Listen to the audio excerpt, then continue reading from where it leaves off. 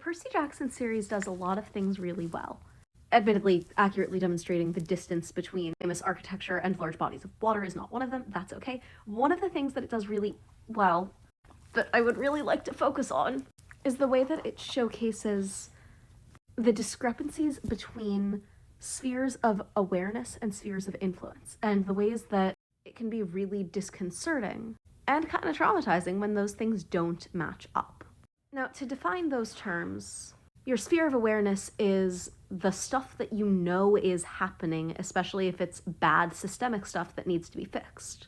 Your sphere of influence is the stuff that you can actually do something about.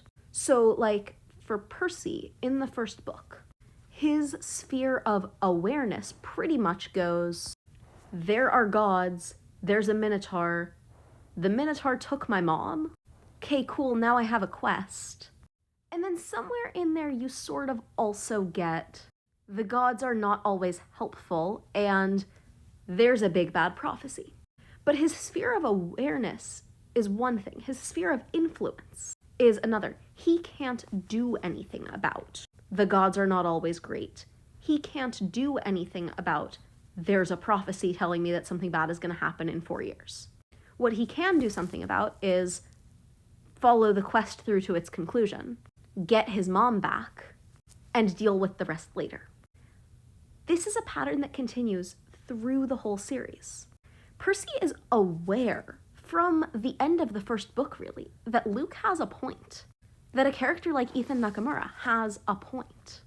That the gods are not perfect. That the gods neglect their kids. We are given strong evidence that Percy, given a little bit less stature at camp and a slightly more screwed up mom, would have turned out exactly like Luke. Largely because that sphere of awareness is so large and so well developed and so strong. And the sphere of influence that most demigods within that system have is so limited. Luke solves that problem by expanding his own sphere of influence and teaming up with Kronos. Percy doesn't match up his sphere of influence to his sphere of awareness until the very end of the last book of the first series.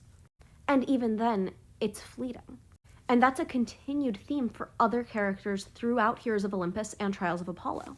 It's what makes Jason's story so tragic, is because Jason is trying to widen his sphere of influence to match up to his sphere of awareness. And it's just so reflective of what so many activists, but also just people in our current world are going through, and why so many of us burn out. And I think it's really important to see it represented.